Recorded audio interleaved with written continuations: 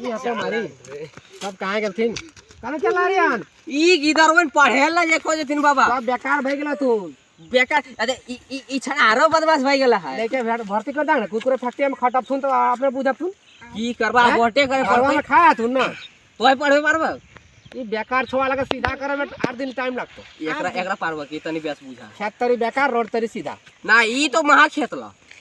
अगर काकू रोज मारो है रोज पढ़ होई ताऊ ने स्कूल या तू स्कूल बोयार ला कोई बोयार हां खातिर भाचक भाचक करो ना जी हिंदे देखने बाबा की बोलो सुने नहीं पारे त हमार ठिन जदी एबे